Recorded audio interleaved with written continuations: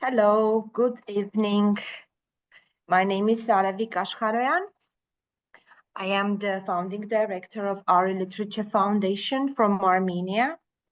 And let me introduce you Medea Medreveli, the founder and director at Literature Initiative Georgia, our partner in this project. And I know that Alla Kostova is also in this webinar, and Alla is the representative of the third partner from Ukraine, Gomora Publishing House.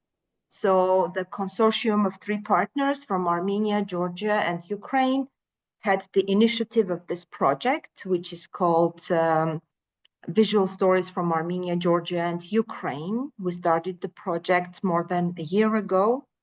And the aim of we started it with the support of the EU Creative Europe collaboration projects.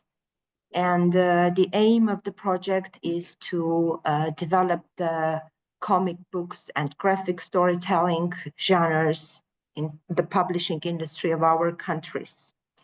The project consists of two main components. One of them is the series of webinars led by European outstanding professionals in the field of comics and graphic stories.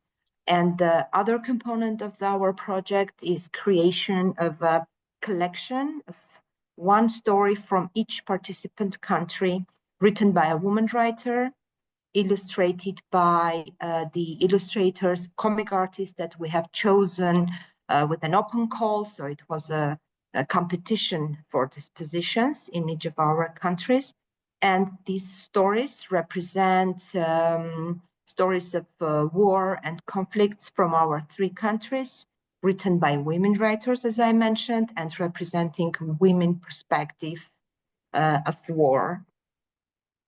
Today we're having this webinar with participation of Eva Hilhorst.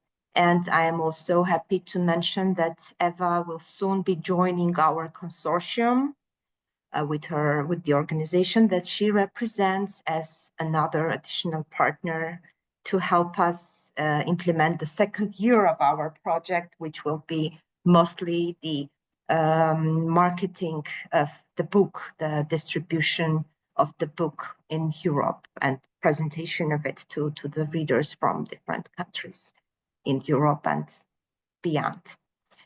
So let's start the webinar. I would like to shortly represent Eva Hilhorst, who is a Dutch illustrator and comics artist specialized in graphic journalism. Today's webinar is about graphic journalism. Her work was published in the Dutch newspaper Trouw in Belgium, in comics magazine Stripgids and Apache magazine, and on digital news media like the Correspondent and Symbolia. She's the founder and editor-in-chief of Drawing the Times, an international platform for graphic journalism. She's a teacher at the Universities of the Arts and HKU and Sint Joost. I hope I'm pronouncing these Dutch names correctly. And she's also a specialist and keynote speaker in the field of graphic journalism. Before I give the floor to Eva, let me tell you that her presentation, her lecture will take a little bit more than 1 hour, probably 1 hour 15 minutes, after which we will be open for your questions. And you should kindly use the chat to write your questions at the end of the event. I will ask my colleague Medea to take over the moderation of the questions and to wrap up the webinar when we are done. Thank you very much. Let me also inform you that this webinar is being recorded and will be shared on our consortium websites and social media, so you can watch it again or you can share it with your friends, which I believe you will. Thank you very much. Eva, the floor is yours. Thank you very much, Arevik, and also I feel very honored that you invited me to do this webinar and to be part of your consortium. And I'm very glad to hear that we have so many people listening. And I was thinking, before I start, I really want to express my deepest concerns about the state of journalism in the news media today. The big tech billionaires are taking over the news outlets and spread fake news for their own benefits. And they lured us in with the so-called social media and made us dependent on them. I think that you also probably got to know about this webinar through social media. So it's really something to consider, how we can change the way we spread our stories other than through those channels. So part of the webinar will be about the medium itself, graphic journalism, which is the combination of handwritten and hand-drawn images to tell a journalistic story. And another part will be about how this medium can be used for co-creation and interaction with the audience. So I would like to share my presentation with you. I made a lot of images there, so you can actually see what graphic journalism is. I think that will make it more clear and also more entertaining than just me talking. So here I go with sharing. Let's see.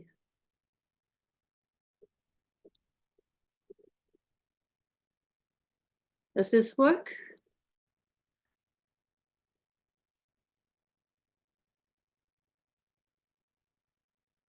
Yes, we can see your screen. That's perfect. Okay, thank you. So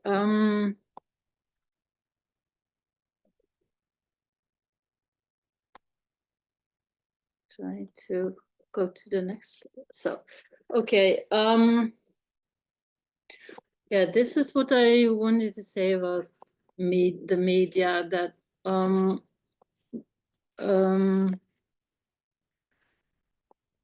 when we talk about the media, we talk about the broadcasting companies, the radio, the TV, the newspapers, and of course the internet.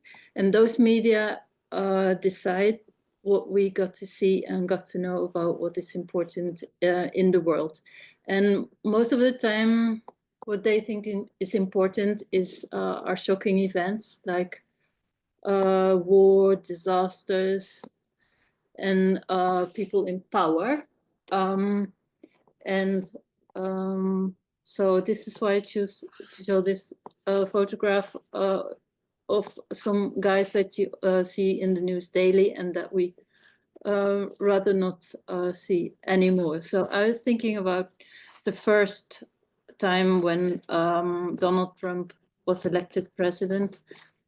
He said there was this biggest audience ever to assist his inauguration, and it just wasn't true. And then the press officer, she said, yes, but those were alternative facts. So when those people are talking about alternative facts, we can choose our own alternative facts and show the world what we think is important for other people to know. And they can be very small things. They can be experiences of people that other people can relate to. So they might have experienced the same kind of thing and they can recognize themselves, and in that way you can create more solidarity and more of sense of belonging, which I think is very important in this as an antidote to all these narcissistic people in power. So first I will tell you a little bit about myself. And first I started, when I made this presentation, I thought I will tell you what I studied and what I did before, but then I thought, no, well, maybe it's more interesting if I would show the things that I've been working on the last couple of years, because I think that's the most accurate of what I'm doing and what I think might be interesting for you to see. So 2 years ago, Judith van Istenda, who is a dear friend of mine and also a colleague, she did a webinar before about comics and the language of comics. You might have seen that. She's more of a fictional comics author, but all her work is related to society and real facts, but she turns them into fictional stories because people are storytellers and they love to hear stories, and that's why she thinks you can bring the message across if you turn the facts into a story, which I think is a very good way to talk about actual events. But as I'm a graphic journalist, I'm more interested in the real facts. So we decided to both work on the theme of climate change, because there were these floodings in the Netherlands and Belgium in 2021. And we thought it becomes a very big issue, climate change and the rise of the sea level, because our countries are below sea level, and it's just a matter of time that our countries will be flooded. So this was before the invasion of Ukraine, and climate change was at that time something that most people would find the most important threat to our society. I think that might have changed a little bit, although the threat of climate change has only gotten worse. But in this project, we actually combined the two things, or more social issues, like if there will be floodings in the Low Countries, then we might become will have to flee our country, like now there are people coming to our countries who have to flee the war. But it's a matter of time that we will have to flee our country ourselves. And where should we go? So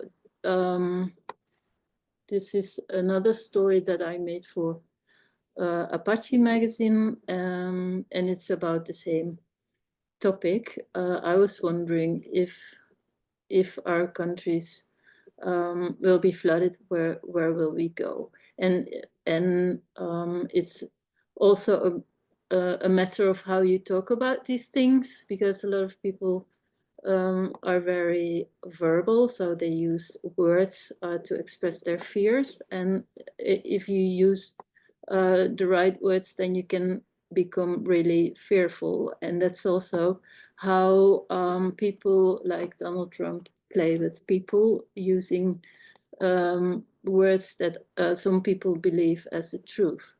So I was thinking, how can you use drawing as a tool to display reality instead of words? Because if you draw a person, this can be any person.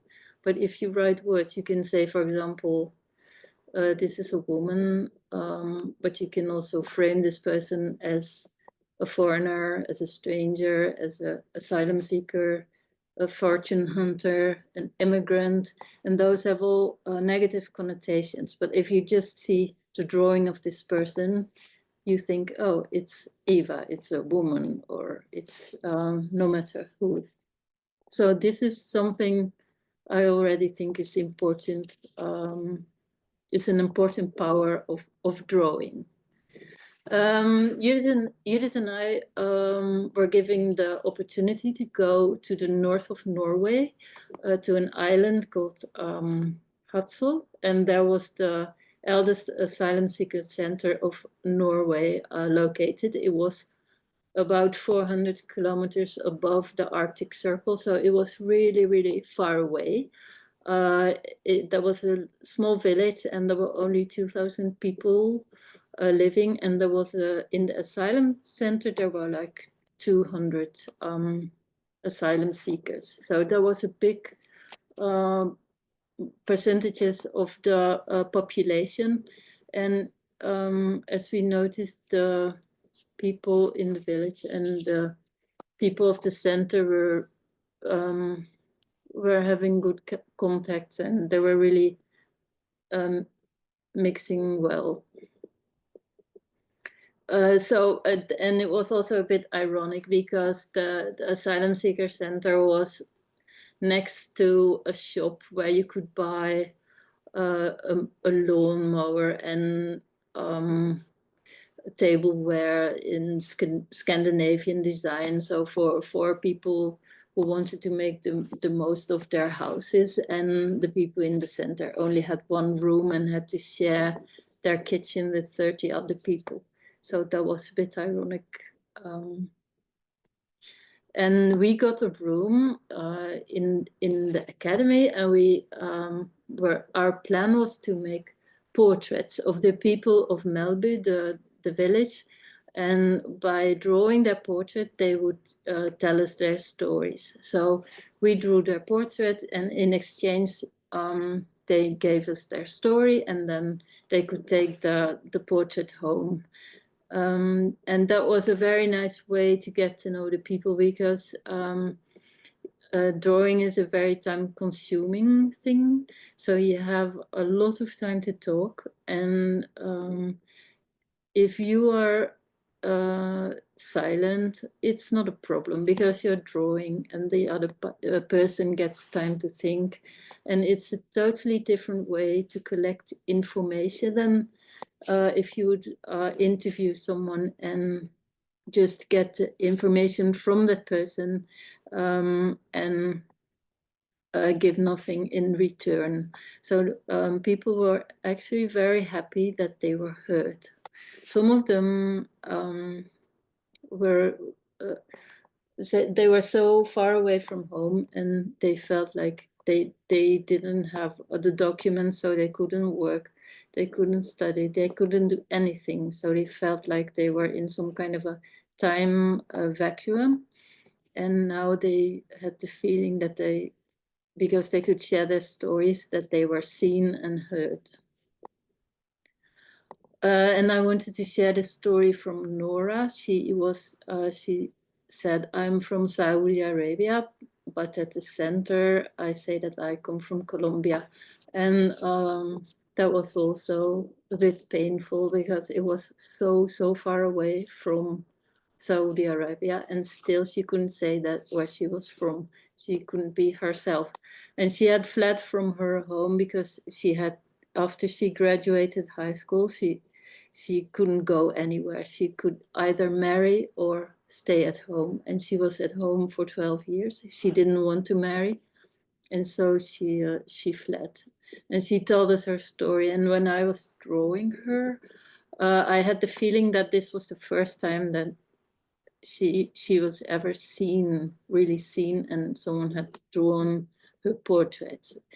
And she also had her roommate who was from Iran, and she was also very sad because she said that it had been 44 years for women in Iran that they had to live in captivity.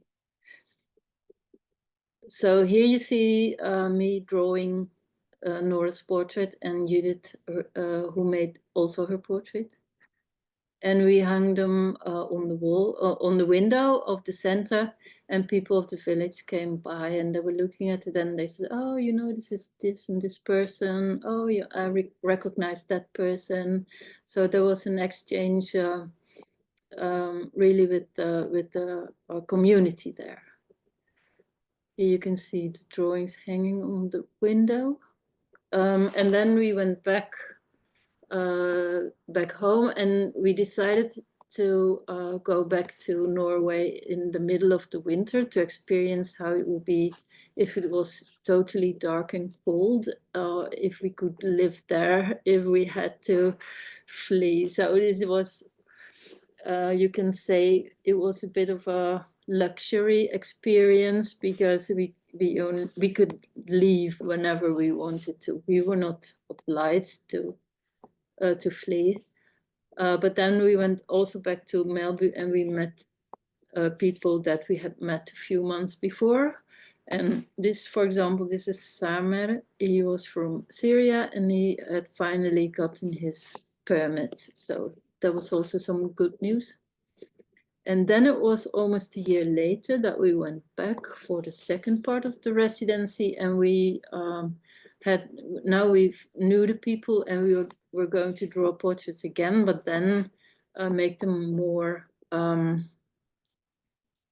personalized. So it was not a realistic portrait, but an interpretation of us who would show the personality of that person.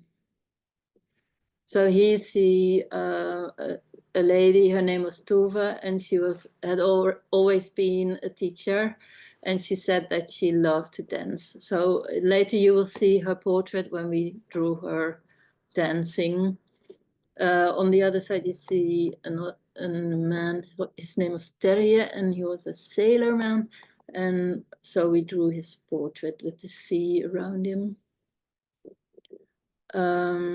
Yeah, he said, I met my wife at sea. I came to Melby for love. See, he came originally from somewhere else in Norway. And yeah, we also noticed that it really depended on who you would talk to. Some people were quite depressed, like this guy, his name was Shahu. He came from Kurdistan and he came to Norway when he was 25 and he now was 24 and he still didn't got his permit. So he was there for 17 years and all these 17 years he was a nobody. He said, it feels like I do not exist. So he really wanted to share his story with us. And then there was Armen. He came from Armenia and he lived in Ukraine. That's why he had to flee. And he was very proactive and he went fishing and picking mushrooms. And he even gave us some mackerels that we could eat. And Shahu, he invited us for a pizza. So we really got in contact with the people, and then we drew their portraits and we hang them in an exhibition outside in the village for a festival, and the whole village came by to see what we had done and interact with the portraits. And then we were asking about Nora because we hadn't seen her. Nora was the girl from Saudi Arabia. And they said that she had gone back to Saudi Arabia and one of her brothers had said that he was ill. And the people said, don't do it, don't do it. But she went back and then they never heard from her again. So nobody knows what happened to her. And we made this little tribute to her that we hung here. And we had the feeling that it was really worthwhile that we had shown that she exists. And here you see also the portrait of Tuva who is dancing. So this is a example from the work I do. I want to share people experiences and in a way that is very interactive. It doesn't have to be on the news, but if like these 2,000 people in the village learned about these experiences, that was already a big event. I think if that would be happening more, then people could get more connected. So I have this initiated the platform Drawing the Times. It is a website basically where you can read stories. The URL is drawingthetimes.com you can visit it and you can read all kinds of stories there from all over the world. And that's the big advantage of internet, is that you can visit it all over the world. You can share stories from everywhere. You can share stories from New Zealand or from Zanzibar, doesn't matter. Everything can be seen everywhere and from everywhere. So this is the logo of the website. I initiated this in 2015 and it's still there. So we exist 10 years this year. Here, this is the homepage, and you can see what kind of stories we publish. We do single stories, we do specials around specific themes. There is a lab where we do experiment and innovation, and we also publish the work of students there. And then we have fresh, which means that's the blog. If you go to stories, you can click on single stories. Here you have a few examples. And then everyone who publishes their story on the website also gets a bio. And you can, if your story is published, then the bio goes with your story. So people can also find you and contact you to give you a commission. And that happens quite often. So people don't get paid. It's more or less a voluntary website. I don't get paid for the work I do. So the people who publish don't get paid, except when we get funding or subsidies from organizations to make stories. Then we can pay the people who make a story specifically for the website. But we do a lot of republishing. For example, the stories that you can see here, Wie geht's dir? It's called How Are You? It is a project that was initiated in Germany, and we republish some of their stories. We translate them into English and then we republish them. So we have a lot of republished stories. A few new ones and a few republished. So this is an example of a bio. This is Maria Freye. She made a story, and she made an animation for the website. We have a few animations also. They can also be journalistic animations. This was about homeless people in Utrecht, a city in the Netherlands, and they all have to do with music. So Randy, he's a musician and he makes his living by playing music in the city. This is the bio of Alexander Zograf. He's from Serbia and he made quite a lot of stories for the website. He also publishes in a magazine in Serbia. It's called Vremje. And some of the stories are also made for Vremje, and some of them are especially for Drawing the Times. Then I wanted to talk about the medium, graphic journalism. So why would you want to use drawing in combination with journalism? I don't know how many of you participants are journalists and how many of you are comics artists or other people. So I did, the information I give is quite general. If you are a journalist, you might think, of course, I know what journalism is, but maybe you're new to this. So I made this slide with a little bit of explanation. Journalism is the practice of gathering, recording, verifying, and reporting on information of public importance. And I want to emphasize again the public importance. Who decides what is the public importance. So nowadays I have the feeling that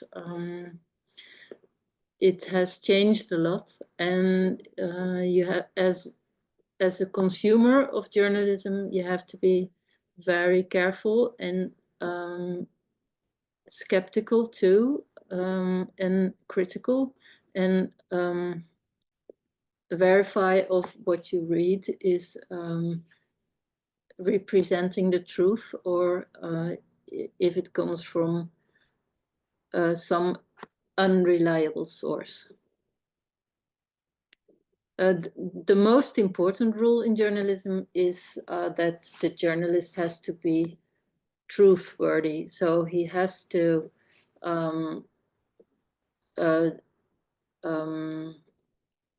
bring the facts that are true. And these facts have to be fact-checked. A journalist is looking for answers on the following questions: who, what, where, when, why, and how. And what is graphic journalism? Graphic journalism is a form of journalism that uses a combination of words and drawn images. So I made a drawing here, and as you know, or maybe you don't know, but when you read comics, then you use different parts of your brain, because if the part of your brain that reads is a different part of the brain that sees the images, that interprets the images. The images convey an emotion, and the emotion goes directly to your understanding. While if you read the text, you have to first understand what it is saying. So your brain has to be very active, and in that way you are really involved in reading the story, and you have to combine those two languages. And therefore it's very complex, in fact, but it makes it also, gives you a feeling of engagement. I'll do a little bit of history too. This is one of the eldest drawings that was found in Indonesia. It's about 40,000 years old. It's before people could write. So this is, here you can see that people want to make marks. They made their hands on the walls, but also this animal that they probably seen or caught or whatever. And it's a way to share their experiences. So I don't know if you could call this journalism, but it definitely is a way of sharing information. Now we jump to the year 1066, when there was the Battle of Hastings, and there was this tapestry that was made out of this battle, the Bayeux tapestry that you can see in Normandy in France. It's about 70 meters long, and it depicts the whole battle. So this is also a report of a historic event in images that is still kept all over the centuries and can be seen in France. This is a painting, very, very famous, and it probably never happened this way. It's not it's not an exact image of what really happened, but it is it's an interpretation of what was happening at that time in French Revolutionary, and you can see in the composition and the depiction of Marianne. She is the hero of this spectacle. And there are some people lying on the ground. They are dead, but all the attention goes to the hero. This is another depiction of war, which is much more realistic and also much more negative. It's a drawing by Goya, the Spanish painter artist. And he made this whole series about the disasters of the war. And it was also a critique on the war. So that was already a shift in portraying the war from some heroic event to something that is basically negative and probably also more realistic.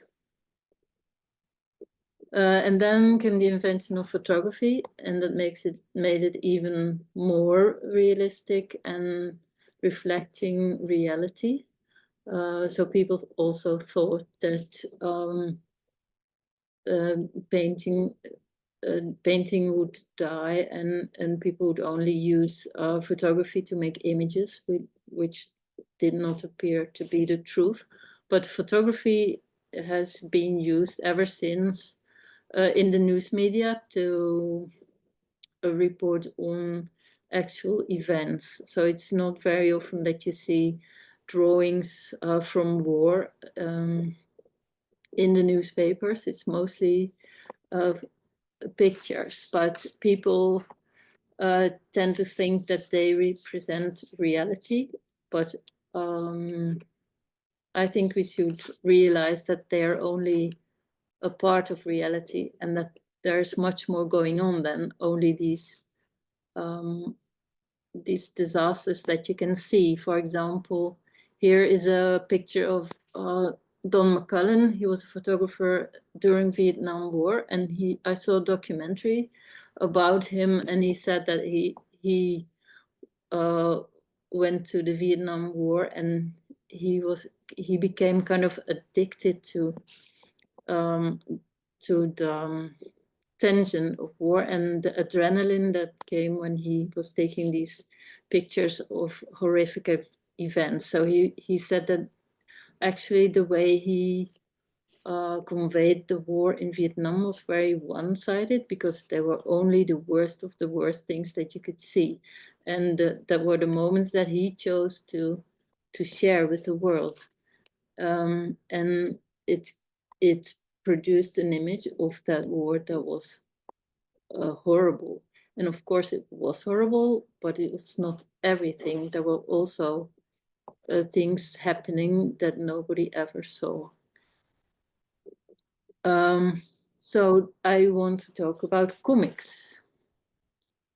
When you talk about comics, you think comics are for children. Comics means in a way that you can laugh about them, that they're funny. But in the 1980s and 90s, Art Spiegelman, who was the son of a Holocaust survivor, wanted to make a book about his father and his relationship with his father. And his father told him about how he survived Auschwitz, and it was a way for them to connect, because if he would talk to his father directly about it, it didn't work. But when he turned it into this comic story, it was a way for him to cope with it, and for his father as well. But this was actually the first comic that was about a very serious subject, and he made the path for other people. For example, oh yeah, hit this. I wanted to show.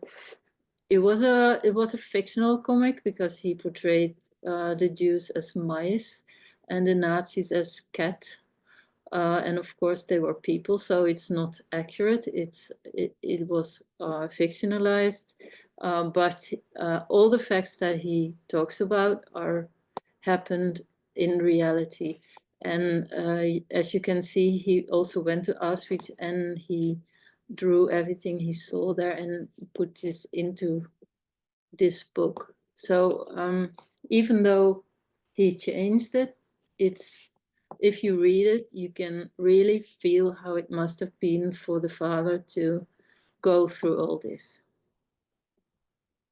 And he made the path for Joost, who is seen as the godfather of graphic comics journalism. He made this book about Palestine also in the 1990s, when he went there for a few months, and he talked to many, many people about what happened to them there in the past. And he also wrote a manifesto, because people always say drawing or comics and journalism is not a good combination, because drawing cannot be objective, and a journalist has to keep to the objective truth.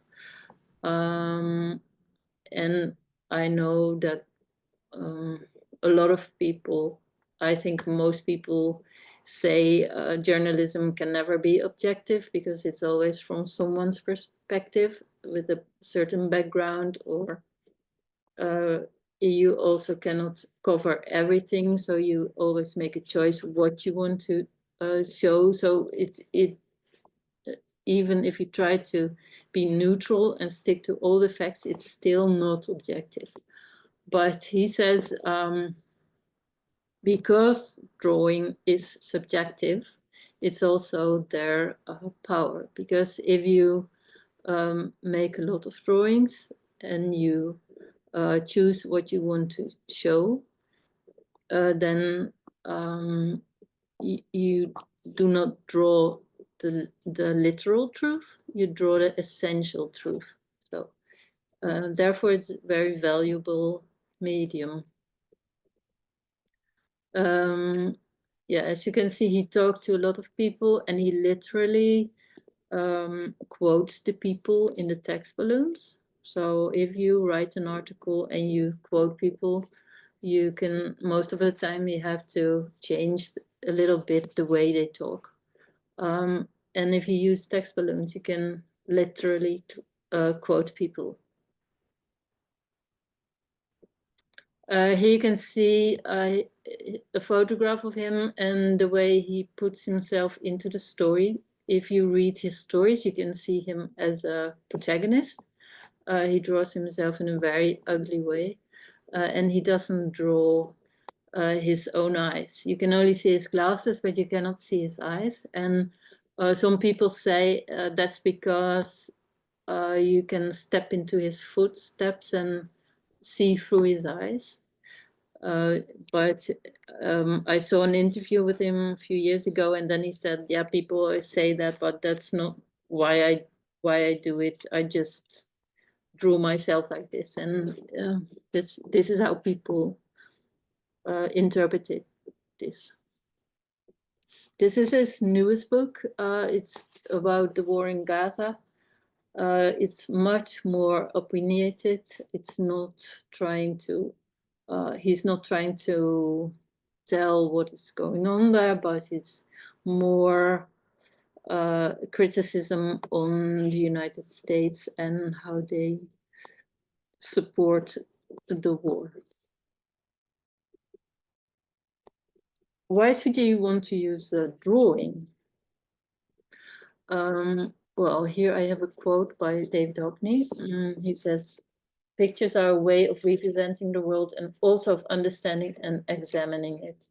And I don't know if some of you do draw from observation, but if you draw, you had the feeling that you really see what you draw, what is around the world around you, and also it feels a little bit as if you are recreating it. So it's very good way to really understand the things that you see. It's a time-consuming process, so you spend a lot of time with the subject of your drawings, so you get to know it really well. And if your subject is a person, you get to know each other. As I showed you before in the beginning, the project that we did in Norway, it is a way to profoundly get to know the other person. I think it's more, it goes deeper than if you're only interviewing a person, or if you take 2 minutes or 5 or 10 or 15 minutes to make someone's picture, someone's photograph. You don't know what the photograph will be. It's much more intimate and much more an exchange of information. One of the assets of drawing used in journalism is that images convey a lot of visual information. So there's this saying, one picture is worth 1,000 words. And I think the opposite is also true. But it is true that you can put a lot of information in a drawing that you would need a lot of time if you wanted to describe everything. For example, you can show, if you look at the drawings of Joost, you can see how he draws the surroundings of Gaza, how the people look like, what kind of clothes they wear, what is the weather like, does the nature look like, and so on. This is an example of a story that I made about refugees. And for example, I was drawing the Schengen area in Europe, where you can travel without restrictions and cross borders. And it's much easier to just draw it and leave the borders out than name all the countries that belong to Schengen. A personal story, so drawn story, engages the reader. Drawings convey emotion. That's also something that is, you can describe it with words, but if you draw, people feel what you want to express. Is another drawing from that same article. This one too.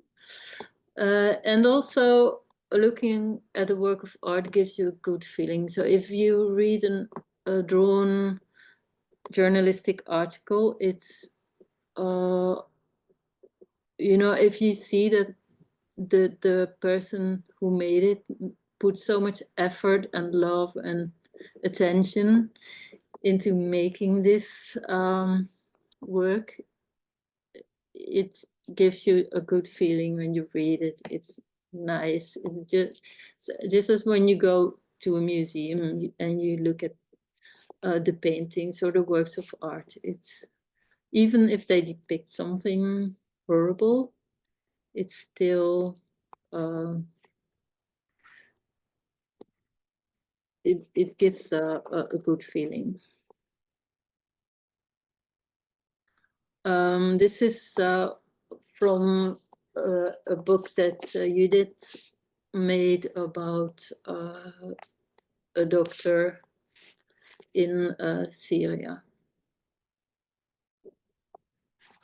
And one other asset of graphic journalism is that we can use it to share personal experiences and expertise. This is, for the website, we also did a series about climate change, and we asked comics artists from all over Europe if they looked outside their windows, what could you see when you look out your window? What shows that climate change is already happening? And I also asked this to Victoria Lomaska, who was living in Moscow at the time, and she was talking about the waste containers behind her house, and that people needed to separate the garbage, but people didn't care. They just dumped it in the containers. And then she wrote, people here are more preoccupied with surviving than the future of our planet. And that really struck me, because I was so convinced that, you know, we are, it's 2 minutes to 12, and it's almost, our planet is almost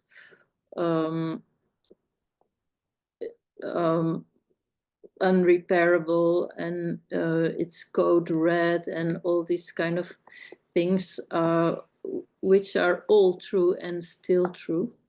But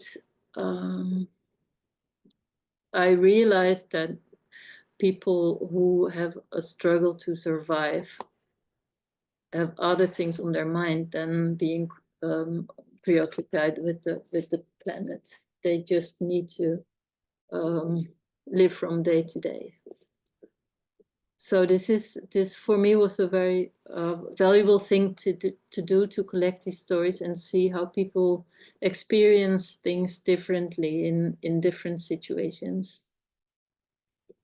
And I also realized that we all have visual biases, because if we, for example, when I was a child and I read children's books about children in China, they would all wear braids and funny triangular hats, and I had the idea that people in China really look that way, and of course that has changed now. But if we still, I think we still have all these biases about other people, and if you read a story that is made from someone who comes from the place, and you can see how that person depicts the situation and what he chooses to show, then you can adjust your biases. So it's a very important way to portray places and people, cultures. There are different forms of graphic journalism. It's not just comics. They can also be reportage or a researched article, a portrait, infographic. I will show a few examples of all these different forms. So we have the comics. This one is from Joost about Gaza. And as you can see, as I told earlier, you can see he inserts a map, so you can see the distances and where is which place. It would have a lot of text and you wouldn't have a good impression of how it would look like. You really have to see a map. Here's an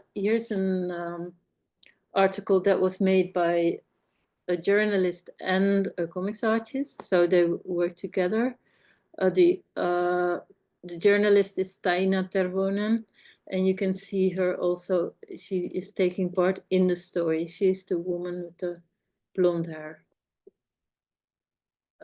This is a comic that is made out of photographs. So it's not a drawn comic, but it's a photo comic about Syria.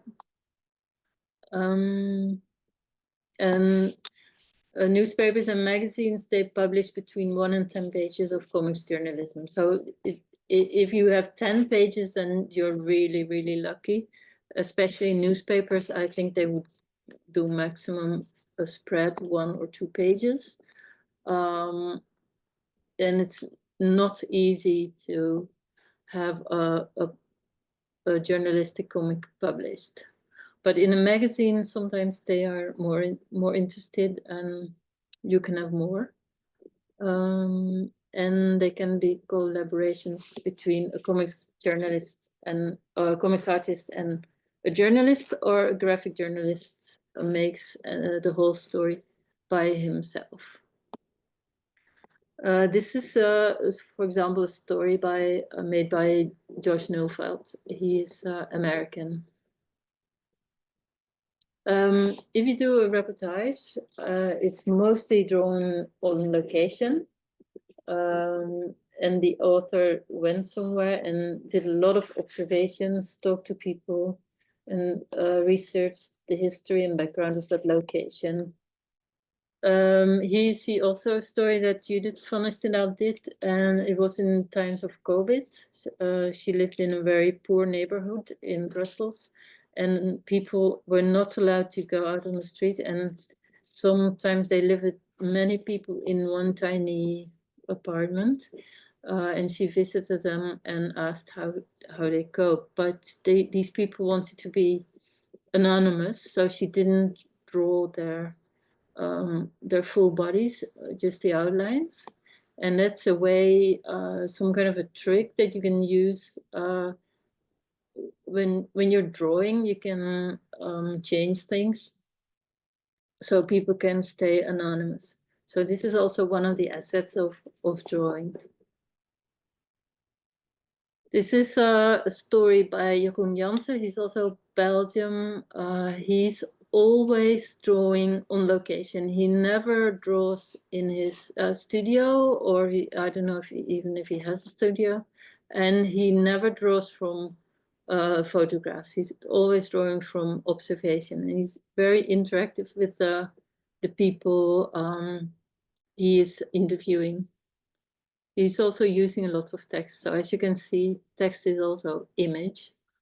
But for example, this story works very well in a magazine or a newspaper, but online it's not so easy to read. This is work by Olivier Kugler. He's German.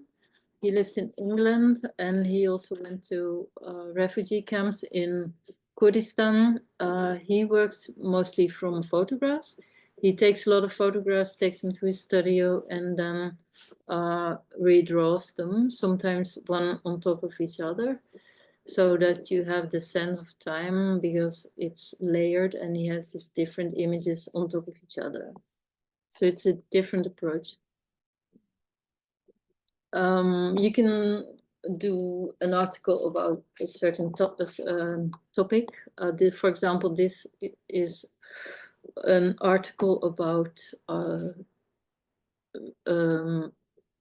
virus. Merel Barens, she made it.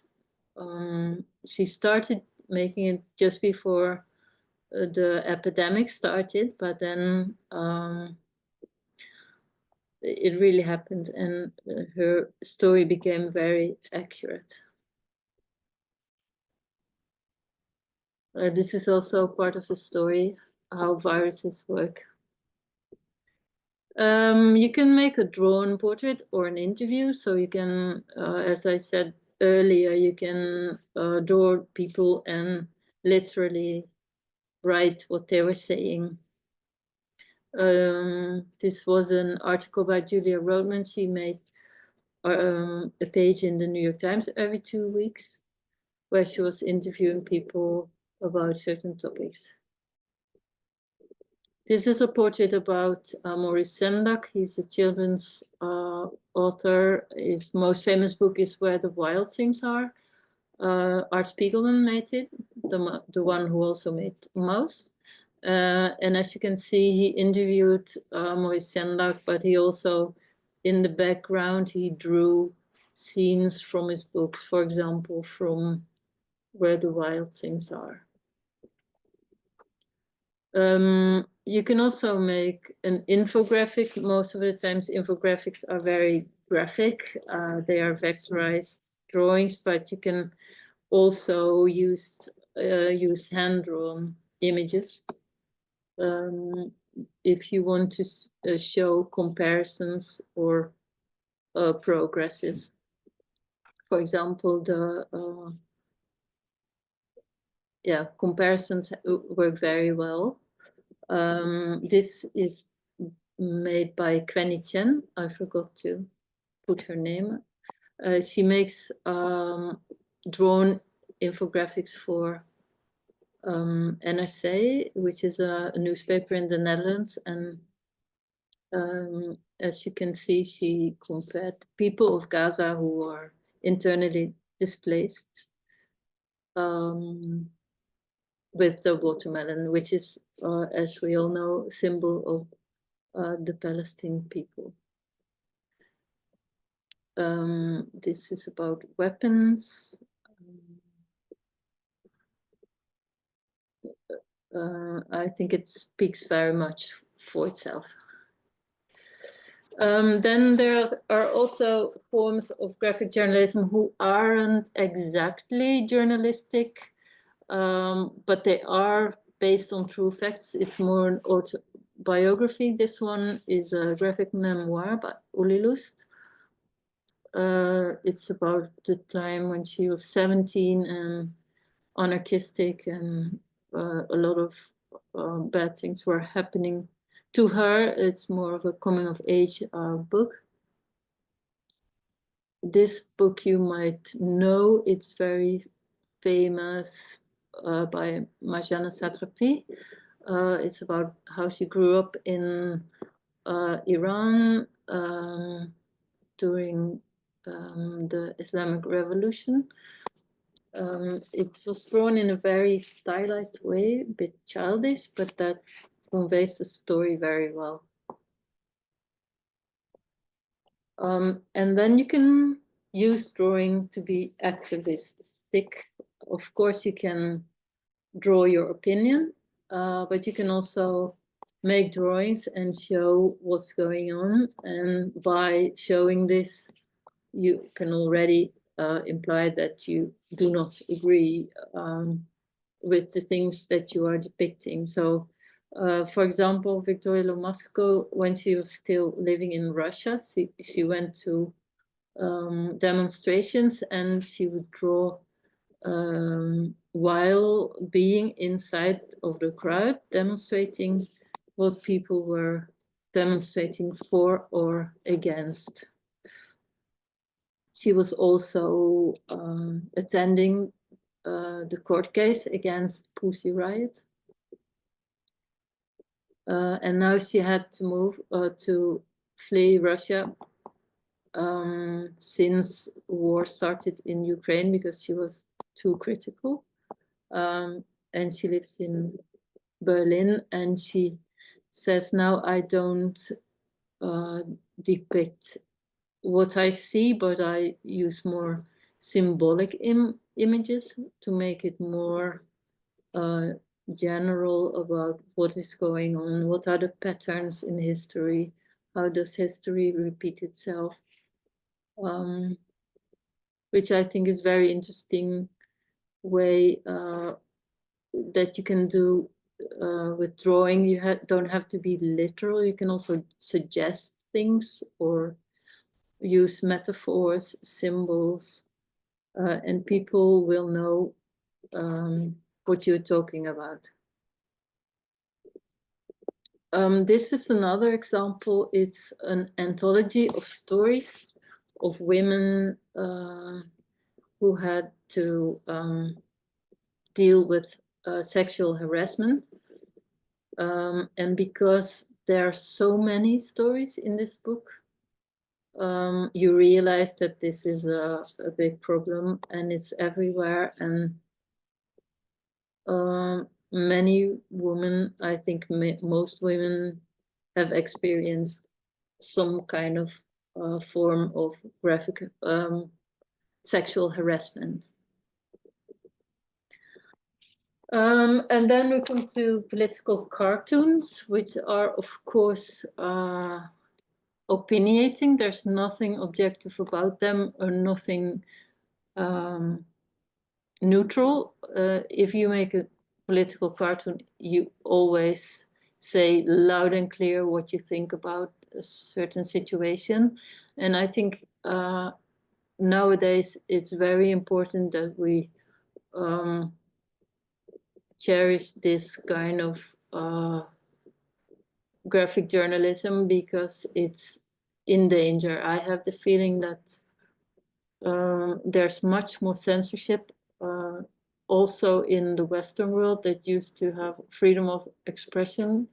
It's not that obvious anymore. And this cartoon was made by Ann Telnas for Washington Post. And as you can see, it's Donald Trump and the big tech billionaires are offering money. On the left side, you see Jeff Bezos. He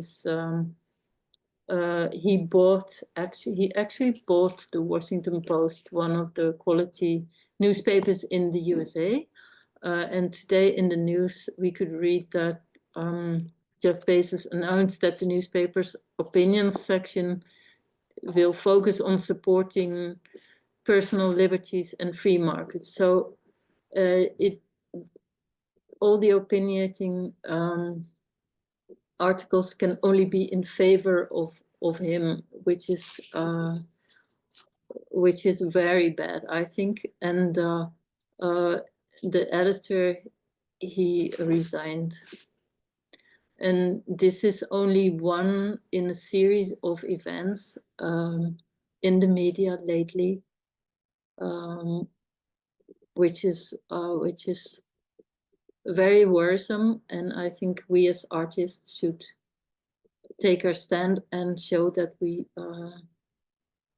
do not agree, and find different media to share our opinions.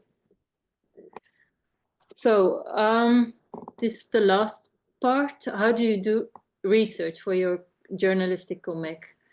What is very important is that you get in contact with the subject of your story. You go to places, people, archives, you go and smell, you listen, you collect as many information from as many different angles as you can find. And still, it is very important to check the facts. So always try to stay truthful. Even if you share an opinion, you want to base that opinion on the facts. Show your drawings to the people involved with your project. Here we see Shahu, the guy who was in Norway for 17 years and said, I feel that I don't exist.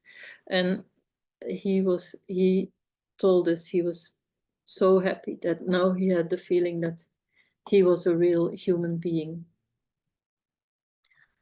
Collaborate is very, don't work alone. Try to find other people to share your story with and to work together.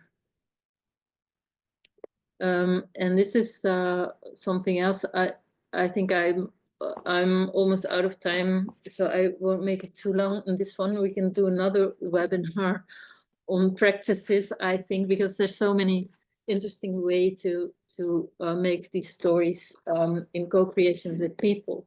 This is a form that is called the grassroots comics. When you ask people to draw comics themselves, you only need to have 4 panels to make a whole story, because you have a beginning, a middle, and an ending, and you can do that in 3 or 4 panels.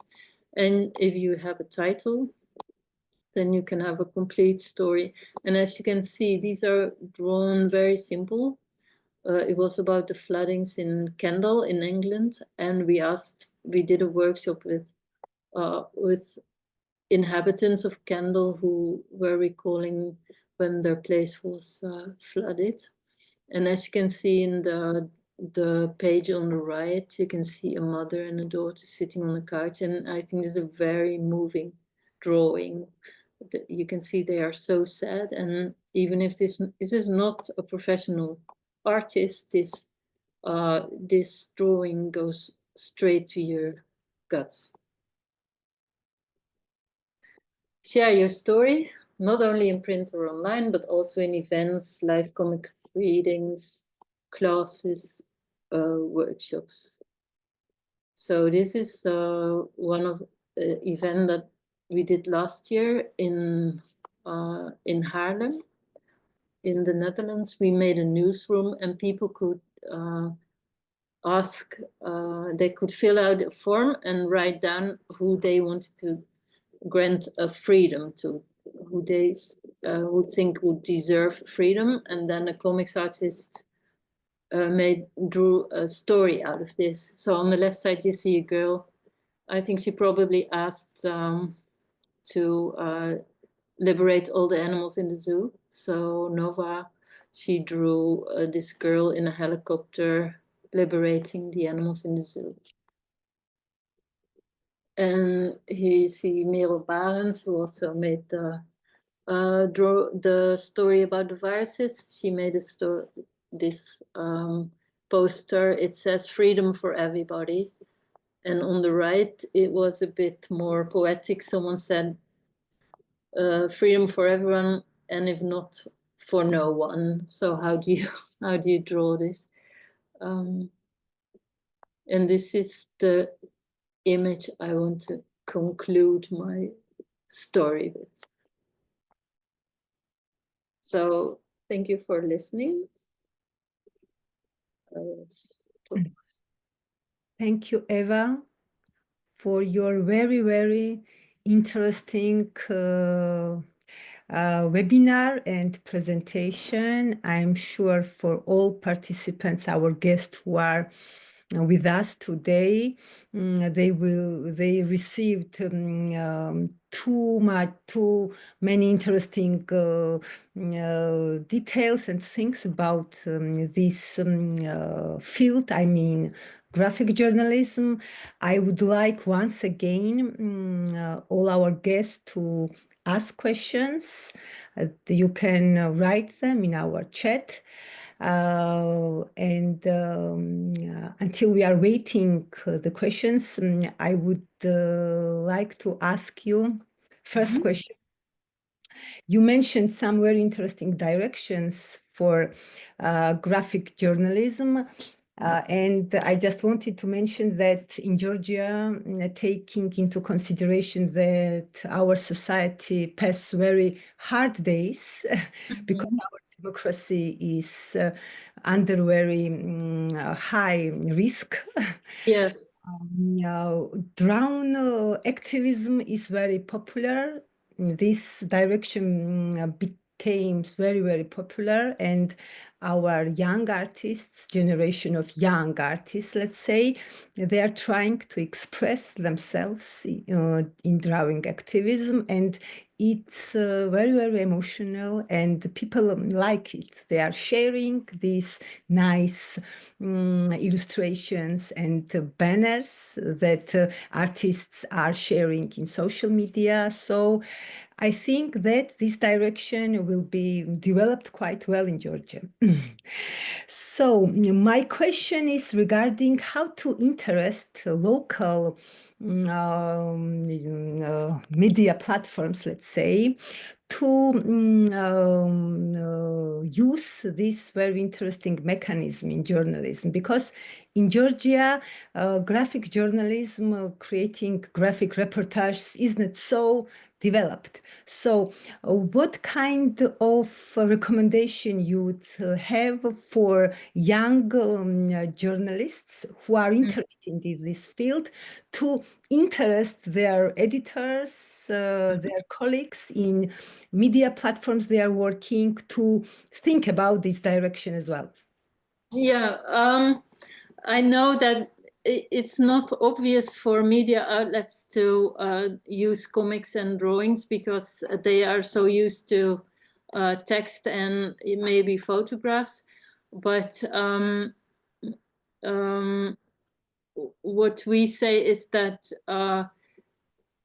if you want to tell a personal story, if you want to engage someone and raise empathy, then comics, the form of a comic works very well because you can really pull the reader into your story. If you start reading a comic, then you're really into it and it feels as if you are there. So it's a different way to attract people, and maybe people are tired of reading long articles, so it might be also interesting for those outlets to attract people in a different way, also younger people who like to read comics. As you said, a lot of younger people are engaged in this kind of activities, so if they want to find a younger audience, they can also offer this, and it looks attractive. It attracts people in a different way. It's something special that is unusual. So you have to convince them, but I think for them it's also interesting to get noticed in a different way. If you see a magazine that looks different with hand-drawn images, then it attracts a lot of viewers. Thank you so much. I would like once again to ask our guests who are online with us to share their questions for Eva. Really, the presentation was great. And despite the fact that I'm not an artist myself, for me it was very, very interesting to go in details with your presentation and see totally different, how to say, different arena. Yeah, people don't want to share it with the whole audience and they want to ask me personally, they can also send me an email if they want to. So I just would like once again to remind that this event about graphic journalism is taking place in the frames of the project Visual Stories from Armenia, Georgia, and Ukraine, and funded by Creative Europe program. 3 countries from Georgia, Armenia, and Ukraine are involved in this project: artists, illustrators, publishers, and the final product of the project will be comic book, women's stories, about perspective of women, about war, their positions, the very hard circumstances when women are facing the terrible days and moments of war. And also, I just would like to remind our guests that in upcoming weeks, we are planning other 2 webinars on copyright and negotiations about comic books, and also self-entrepreneurship and monetization of skills for comic artists. And the information about these webinars will be shared at social pages of Komora Publishing, of Literature Initiative Georgia, and Ari Literary Fund. So I get a message from someone who says that the chat is disabled. It's not possible to. I would like to ask our technical team, are there any problems with sharing with Eva the questions from our audience? Please let us know, and if it's possible to resolve this technical problem. The questions should be written on the chat or the Q&A section, because the webinar doesn't allow attendees to speak, open their microphones. Only the panelists can, so only they can write their questions in the chat. Yeah, but they say that they cannot access the chat. If it's possible to resolve this problem. So as I see, we have two panels. One is webinar chat and other is Q&A. So which one is isn't working? So once again, we would like to ask our guests, participants, to share with us their questions for Eva. I also left message. I'm not sure if it's visible for everyone. So, dear friends, I think first question arrived. How did you get into graphic journalism? What is primarily through comic or reportage? I got in.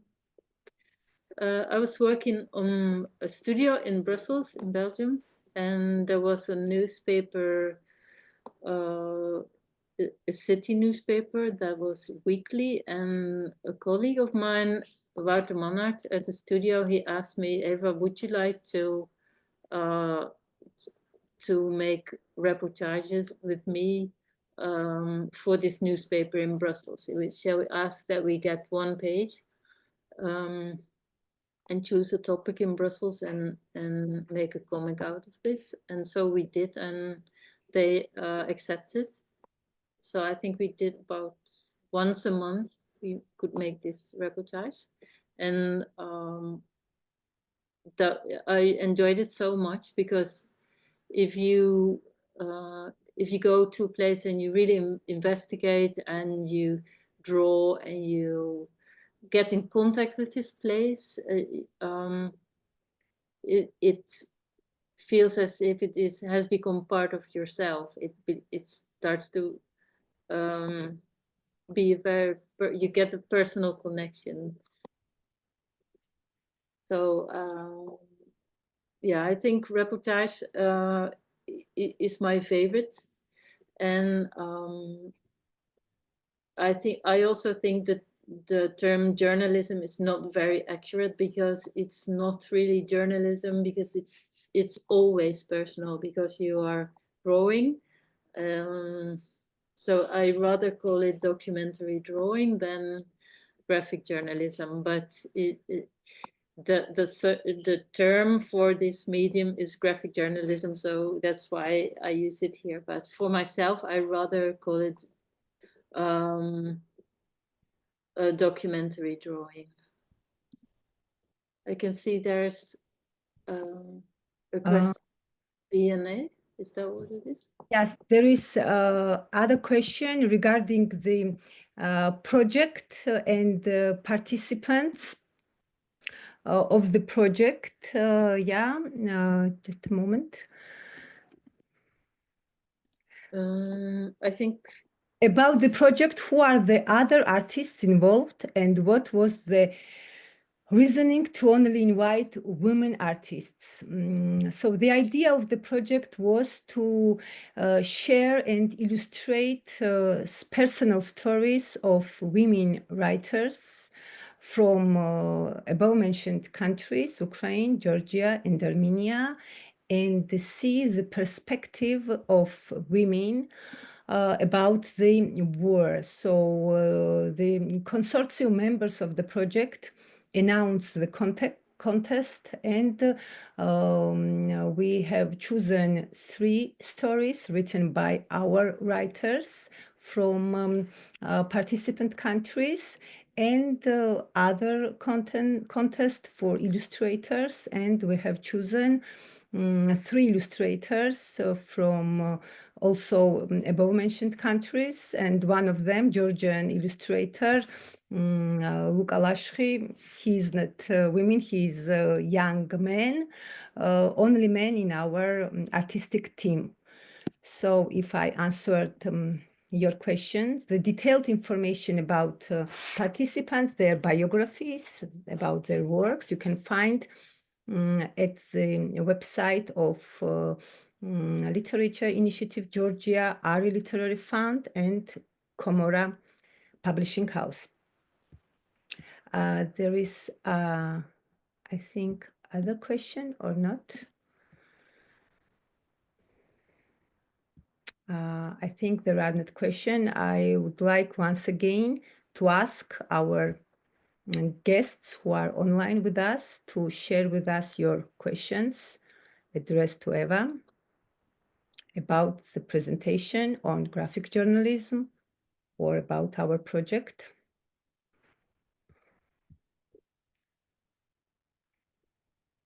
I think this topic is really very, very interesting, and the main reason of our project is to develop this direction in our country.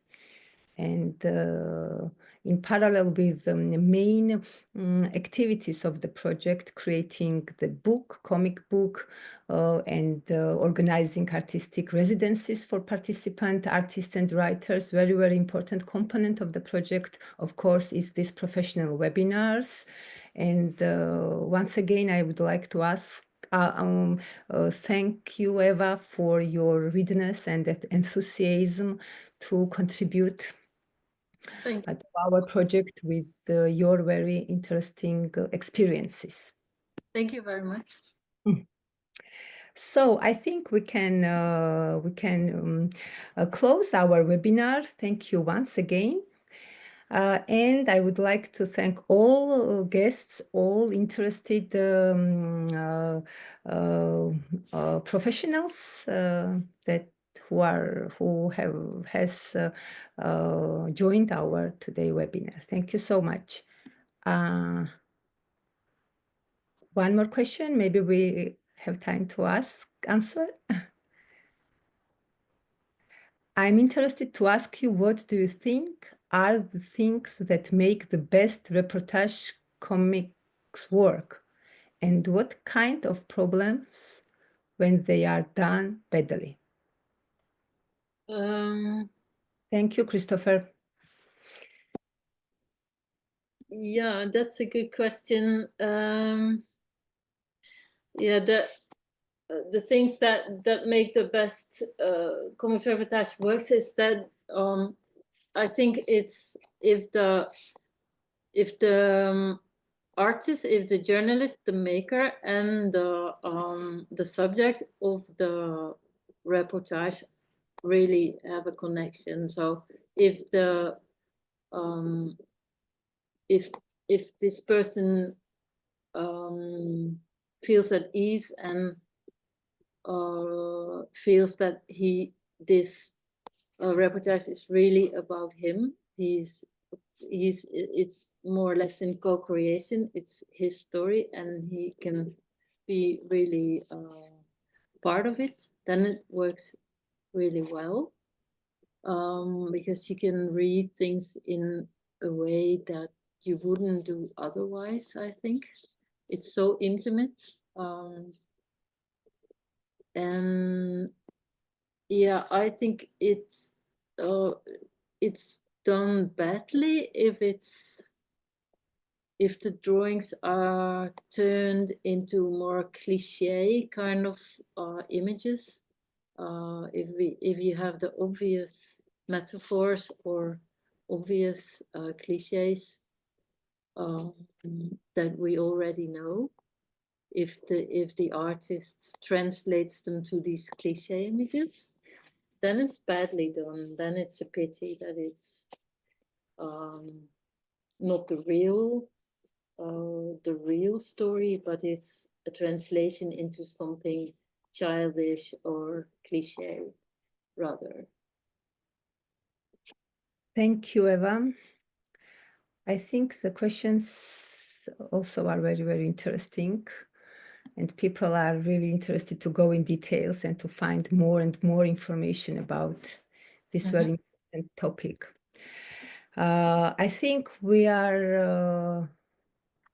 don't have any other questions. So once again, thank you so much for today's webinar. And me and my colleagues from Ukraine and Armenia, we would like to express once again our gratitude towards European Union and towards Creative Europe program for supporting our countries and giving us opportunity to implement this kind very important professional projects for artists in our countries. Thank you so much.